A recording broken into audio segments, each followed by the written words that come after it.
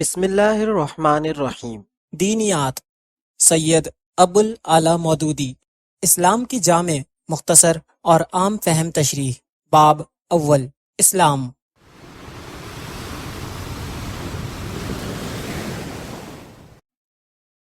وجہ تسمیہ دنیا میں جتنے مذاہب ہیں ان میں سے ہر ایک کا نام یا تو کسی خاص شخصیت کے نام پر رکھا گیا ہے یا اس قوم کے نام پر جس میں وہ مذہب پیدا ہوا۔ مثلاً عیسائیت کا نام اس لیے عیسائیت ہے کہ اس کی نسبت حضرت عیسیٰ کی طرف ہے۔ بدھ مت کا نام اس لیے بدھ مت ہے کہ اس کے بانی مہاتما بدھ تھے۔ زردشتی مذہب کا نام اپنے بانی زردشت کے نام پر ہے۔ یہودی مذہب ایک خاص قبیلے میں پیدا ہوا جس کا نام یہودا تھا۔ ایسا ہی حال دوسرے مذاہب کے ناموں کا بھی ہے، مگر اسلام کی خصوصیت یہ ہے کہ وہ کسی شخص یا قوم کی طرف منسوب نہیں ہے، بلکہ اس کا نام ایک خاص صفت کو ظاہر کرتا ہے جو لفظ اسلام کے معنی میں پائی جاتی ہے۔ یہ نام خود ظاہر کرتا ہے کہ یہ کسی ایک شخص کی ایجاد نہیں ہے، نہ کسی ایک قوم کے ساتھ مخصوص ہے۔ اس کو شخص یا ملک یا قوم سے کوئی علاقہ نہیں، صرف اسلام کی صفت لوگوں میں پیدا کرنا اس کا مقصد ہے۔ ہر زمانے اور ہر قوم کے جن سچے لوگوں میں یہ صفت پائی گئی ہے وہ سب مسلم ہیں اور آئندہ بھی ہوں گے۔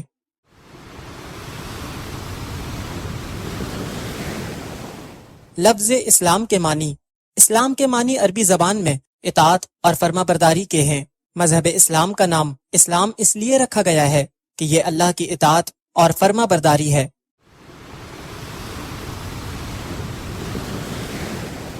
اسلام کی حقیقت۔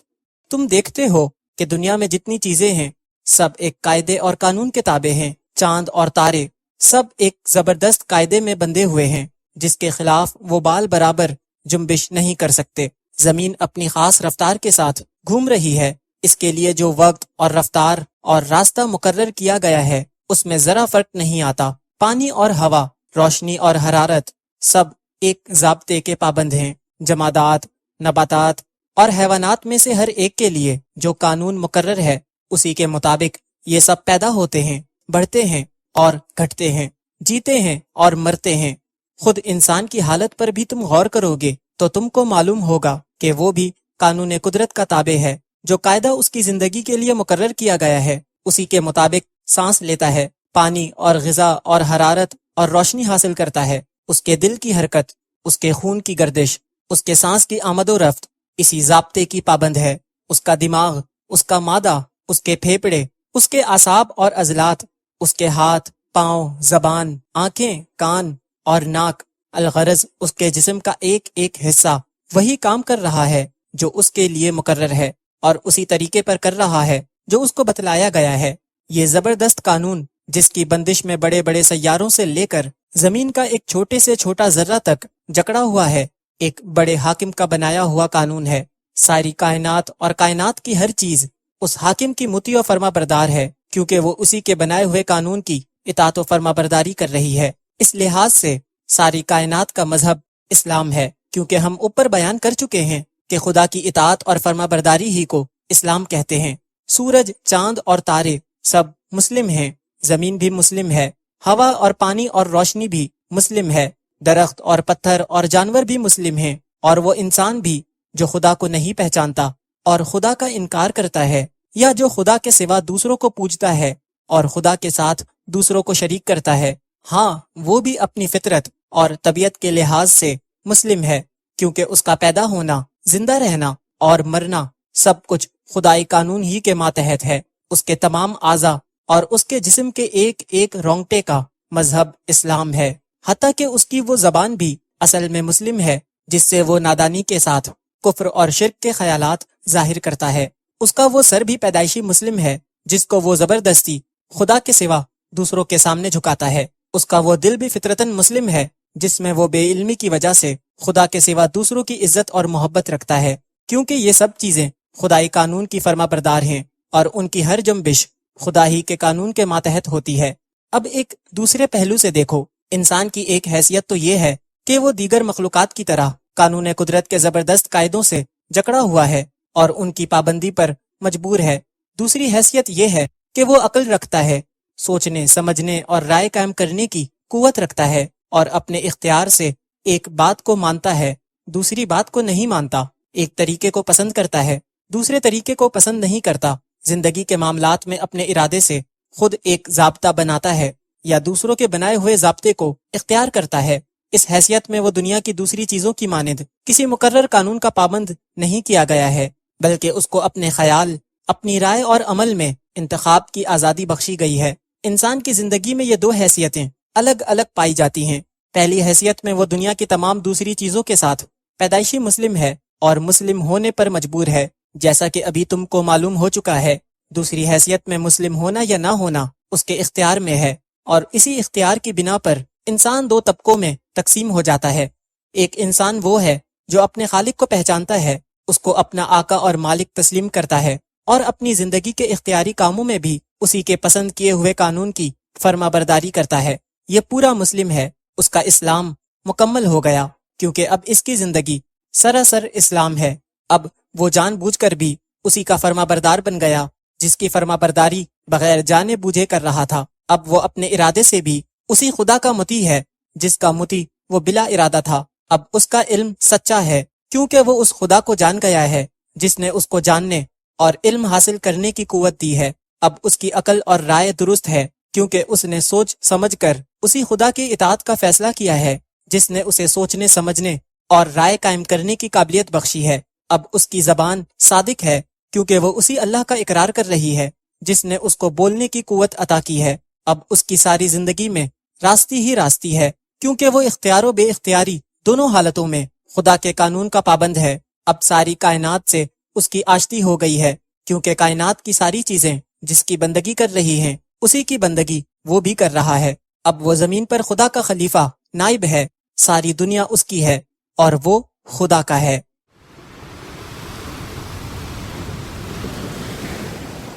کفر کی حقیقت۔ اس کے مقابلے میں دوسرا انسان وہ ہے جو مسلم پیدا ہوا اور اپنی زندگی بھر بے جانے بوجھے مسلم ہی رہا، مگر اپنے علم اور عقل کی قوت سے کام لے کر اس نے خدا کو نہ پہچانا اور اپنے اختیار کی حد میں اس نے خدا کی اطاعت کرنے سے انکار کر دیا۔ یہ شخص کافر ہے۔ کفر کے اصلی معنی چھپانے اور پردہ ڈالنے کے ہیں۔ ایسے شخص کو کافر اس لیے کہا جاتا ہے کہ اس نے اپنی فطرت پر نادانی کا پردہ ڈال رکھا ہے۔ وہ اسلام کی فطرت پر پیدا ہوا ہے، اس کا سارا جسم اور جسم کا ہر حصہ اسلام کی فطرت پر کام کر رہا ہے، اس کے گرد و پیش ساری دنیا اسلام پر چل رہی ہے، مگر اس کی عقل پر پردہ پڑ گیا ہے۔ تمام دنیا کی اور خود اپنی فطرت اس سے چھپ گئی ہے۔ وہ اس کے خلاف سوچتا ہے، اس کے خلاف چلنے کی کوشش کرتا ہے۔ اب تم سمجھ سکتے ہو کہ جو شخص کافر ہے وہ کتنی بڑی گمراہی میں مبتلا ہے۔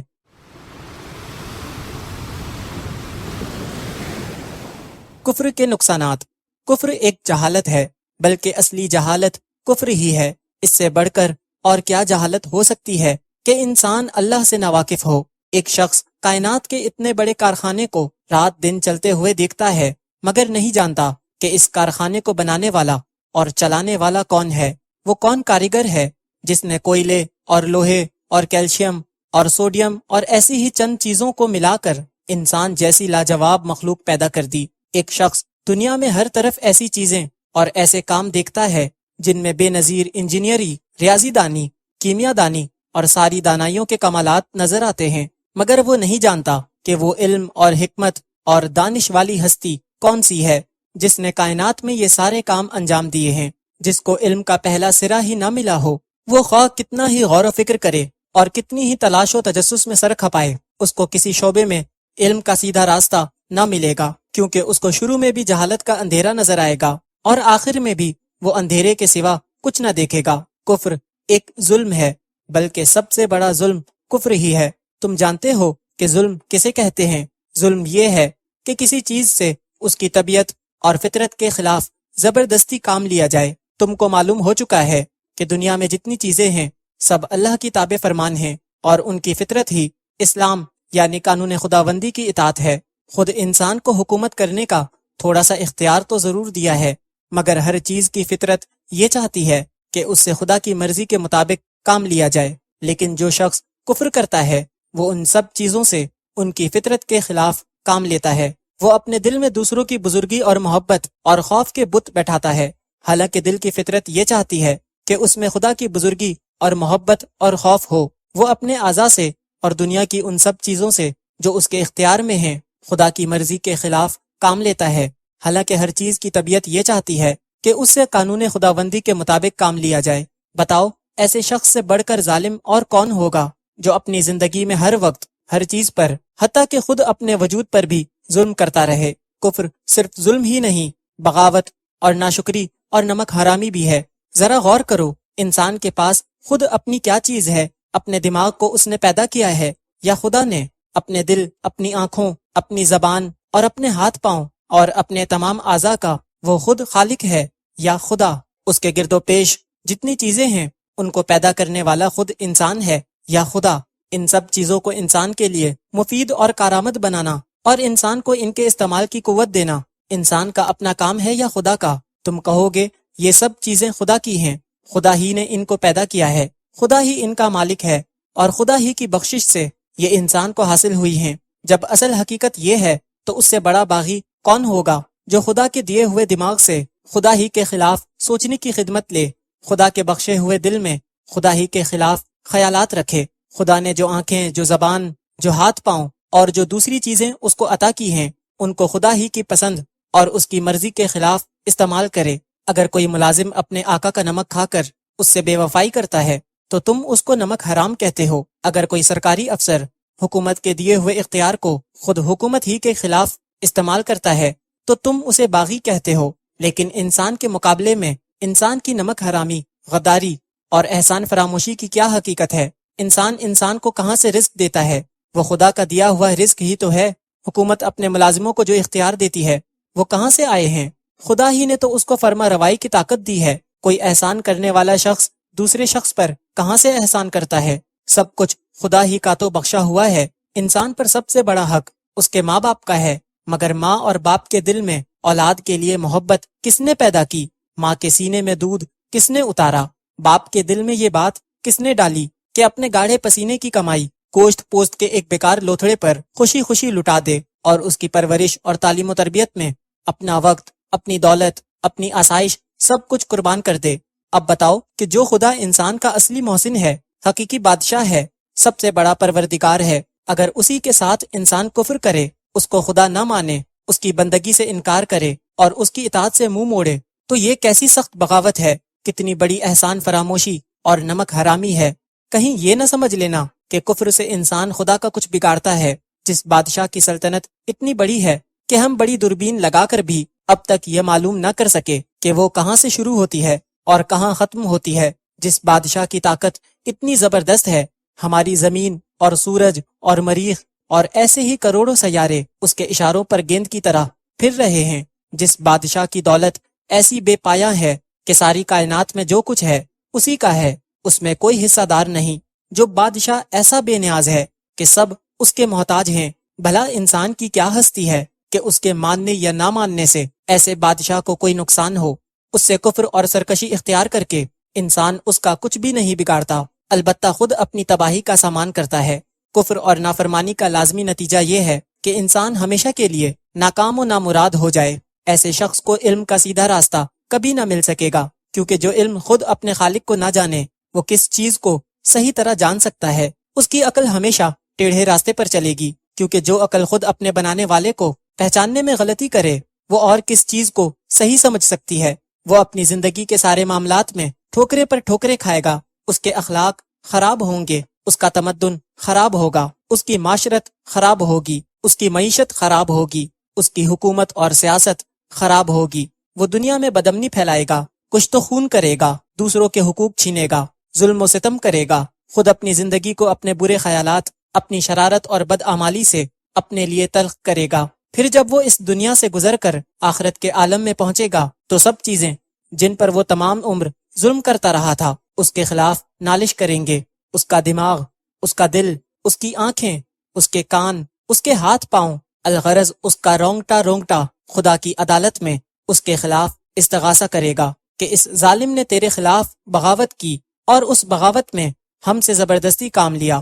وہ زمین جس پر وہ نافرمانی کے ساتھ چلا اور بسا، وہ رزق جس کو اس نے ناجائز طریقوں سے کمایا، اور وہ دولت جو حرام سے آئی اور حرام پر خرچ کی گئی، وہ سب چیزیں جن پر اس نے باغی بن کر غاصبانہ تصرف کیا، وہ سب آلات و اسباب جن سے اس نے بغاوت میں کام لیا اس کے مقابلے میں فریادی بن کر آئیں گے، اور خدا جو حقیقی منصف ہے ان مظلوموں کی داد رسی میں اس باغی کو ذلت کی سزا دے گا۔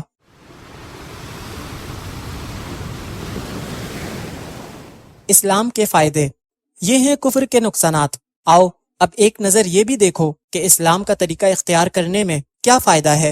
اوپر تم کو معلوم ہو چکا ہے کہ اس جہان میں ہر طرف خدا کی خدائی کے نشانات پھیلے ہوئے ہیں۔ کائنات کا یہ عظیم الشان کارخانہ جو ایک مکمل نظام اور ایک اٹل قانون کے تحت چل رہا ہے، خود اس بات پر گواہ ہے کہ اس کا بنانے والا اور چلانے والا ایک زبردست فرما روا ہے جس کی حکومت سے کوئی چیز سرتابی نہیں کر سکتی۔ تمام کائنات کی طرح خود انسان کی فطرت بھی یہی ہے کہ اس کی اطاعت کرے، چنانچہ بے سمجھے وہ رات دن اس کی اطاعت کر رہا ہے، کیونکہ اس کے قانون قدرت کی خلاف ورزی کر کے وہ زندہ ہی نہیں رہ سکتا۔ لیکن خدا نے انسان کو علم کی قابلیت، سوچنے اور سمجھنے کی قوت اور نیک و بد کی تمیز دے کر ارادے اور اختیار میں تھوڑی سی آزادی بخش دی ہے۔ اس آزادی میں دراصل انسان کا امتحان ہے، اس کی عقل کا امتحان ہے، اس کی تمیز کا امتحان ہے، اس بات کا امتحان ہے کہ اسے جو آزادی عطا کی گئی ہے اس کو وہ کس طرح استعمال کرتا ہے۔ اس امتحان میں کوئی ایک طریقہ اختیار کرنے پر انسان کو مجبور نہیں کیا گیا ہے، کیونکہ مجبور کرنے سے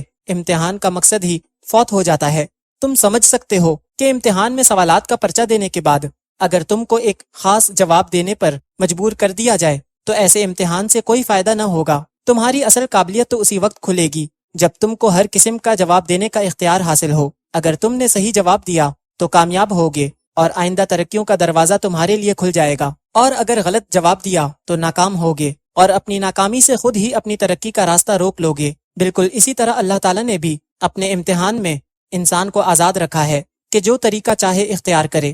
اب ایک شخص تو وہ ہے جو خود اپنی اور کائنات کی فطرت کو نہیں سمجھتا، اپنے خالق کی ذات و صفات کو پہچاننے میں غلطی کرتا ہے، اور اختیار کی جو آزادی اسے دی گئی ہے اس سے فائدہ اٹھا کر نافرمانی اور سرکشی کا طریقہ اختیار کرتا ہے۔ یہ شخص علم اور عقل اور تمیز اور فرض شناسی کے امتحان میں ناکام ہو گیا۔ اس نے خود ثابت کر دیا کہ وہ ہر حیثیت سے ادنا درجے کا آدمی ہے، لہٰذا اس کا وہی انجام ہونا چاہیے جو تم نے اوپر دیکھ لیا۔ اس کے مقابلے میں ایک دوسرا شخص ہے جو اس امتحان میں کامیاب ہو گیا۔ اس نے علم اور عقل سے صحیح کام لے کر خدا کو جانا اور مانا، حالانکہ وہ ایسا کرنے پر مجبور نہیں کیا گیا تھا۔ اس نے نیک و بد کی تمیز میں بھی غلطی نہ کی اور اپنے آزاد انتخاب سے نیکی ہی کو پسند کیا، حالانکہ وہ بدی کی طرف بھی مائل ہونے کا اختیار رکھتا تھا۔ اس نے اپنی فطرت کو سمجھا، اپنے خدا کو پہچانا اور نافرمانی کا اختیار رکھنے کے باوجود خدا کی فرما برداری ہی اختیار کی۔ اس شخص کو امتحان میں اسی وجہ سے تو کامیابی نصیب ہوئی کہ اس نے اپنی عقل سے ٹھیک کام لیا، آنکھوں سے ٹھیک دیکھا، کانوں سے ٹھیک سنا، دماغ سے ٹھیک رائے قائم کی اور دل سے اسی بات کی پیروی کرنے کا فیصلہ کیا جو ٹھیک تھی۔ اس نے حق کو پہچان کر یہ بھی ثابت کر دیا کہ وہ حق شناس ہے، اور حق کے آگے سر جھکا کر یہ بھی دکھا دیا کہ وہ حق پرست ہے۔ ظاہر ہے کہ جس شخص میں یہ صفات موجود ہوں اس کو دنیا اور آخرت دونوں میں کامیاب ہونا ہی چاہیے۔ وہ علم و عمل کے ہر میدان میں صحیح راستہ اختیار کرے گا، اس لیے کہ جو شخص ذات خداوندی سے واقف ہے اور اس کی صفات کو پہچانتا ہے وہ دراصل علم کی ابتدا کو بھی جانتا ہے اور اس کی انتہا کو بھی۔ ایسا شخص کبھی غلط راستوں میں بھٹک نہیں سکتا، کیونکہ اس کا پہلا قدم بھی صحیح پڑا ہے، اور جس آخری منزل پر اسے جانا ہے اس کو بھی وہ یقین کے ساتھ جانتا ہے۔ اب وہ فلسفیانہ غور و خوض سے کائنات کے اسرار سمجھنے کی کوشش کرے گا۔ ایک کافر فلسفی کی طرح کبھی شکوک و شبہات کی بھول بھلیوں میں گم نہ ہوگا۔ وہ سائنس کے ذریعے سے قدرت کے قوانین کو معلوم کرنے کی کوشش کرے گا، کائنات کے چھپے ہوئے خزانوں کو نکالے گا۔ خدا نے جو قوتیں دنیا میں اور خود انسانوں کے وجود میں پیدا کی ہیں ان کو ڈھونڈ ڈھونڈ کر معلوم کرے گا۔ زمین و آسمان میں جتنی چیزیں ہیں ان سب سے کام لینے کے بہتر سے بہتر طریقے دریافت کرے گا، مگر خدا شناسی ہر موقع پر اس کو سائنس کا غلط استعمال کرنے سے روکے گی۔ وہ کبھی اس غلط فہمی میں نہ پڑے گا کہ میں ان چیزوں کا مالک ہوں، میں نے فطرت پر فتح پا لی ہے، میں اپنے نفع کے لیے سائنس سے مدد لوں گا، دنیا کو زیر و زبر کر دوں گا، لوٹ مار اور کچھ تو خون کر کے اپنی طاقت کا سکہ سارے جہان میں بیٹھا دوں گا۔ یہ ایک کافر سائنٹسٹ کا کام ہے۔ مسلم سائنٹسٹ جتنا زیادہ سائنس پر عبور حاصل کرے گا اتنا ہی زیادہ خدا پر اس کا یقین بڑھے گا، اور اتنا ہی زیادہ وہ خدا کا شکر گزار بندہ بنے گا۔ اس کا عقیدہ یہ ہوگا کہ میرے مالک نے میری قوت اور میرے علم میں جو اضافہ کیا ہے اس سے میں اپنی اور تمام انسانوں کی بھلائی کے لیے کوشش کروں گا، اور یہی اس کا صحیح شکریہ ہے۔ اسی طرح تاریخ، معاشیات، سیاسیات، قانون اور دوسرے علوم و فنون میں بھی ایک مسلم اپنی تحقیق اور جدوجہد کے لحاظ سے ایک کافر کے مقابلے میں کم نہ رہے گا، مگر دونوں کی نظر میں بڑا فرق ہوگا۔ مسلم ہر علم کا مطالعہ صحیح نظر سے کرے گا، صحیح مقصد کے لیے کرے گا اور صحیح نتیجے پر پہنچے گا۔ تاریخ میں وہ انسان کے گزشتہ تجربوں سے ٹھیک ٹھیک سبق لے گا، قوموں کے ترقی و تنزل کے صحیح اسباب معلوم کرے گا، ان کی تہذیب و تمدن کی مفید چیزیں دریافت کرے گا، ان کے نیک دل لوگوں کے حالات سے فائدہ اٹھائے گا اور ان تمام چیزوں سے بچے گا جن کی بدولت پچھلی قومیں تباہ ہو گئیں۔